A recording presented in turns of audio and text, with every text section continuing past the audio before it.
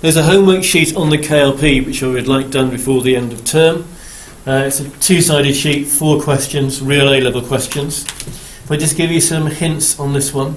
If we look at this question here, it's not explicitly sort of stated in the question, but if you look at this, its function is just a number, which means everywhere between -5 and 25, the function is a constant height.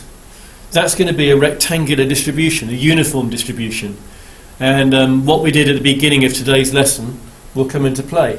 And if you look down here, to work out the mean and the variance, there's only 1 mark for each. They're not expecting you to do any integration.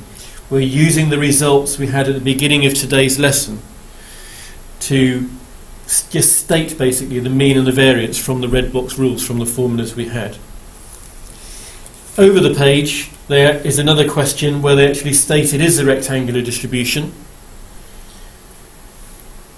Again, it has a constant value for constant height.